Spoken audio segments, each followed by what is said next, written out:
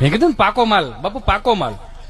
અત્યારના છોકરાઓને હાથ જોડીને પ્રાર્થના કરું, મારી માવડીઓને 2 મિનિટમાં મેગી બનાવી દો છો, પણ એ 20 વર્ષ નો થાય તો માણા નહીં બની શકે. નહીં ખવડાવવું આવું બધું.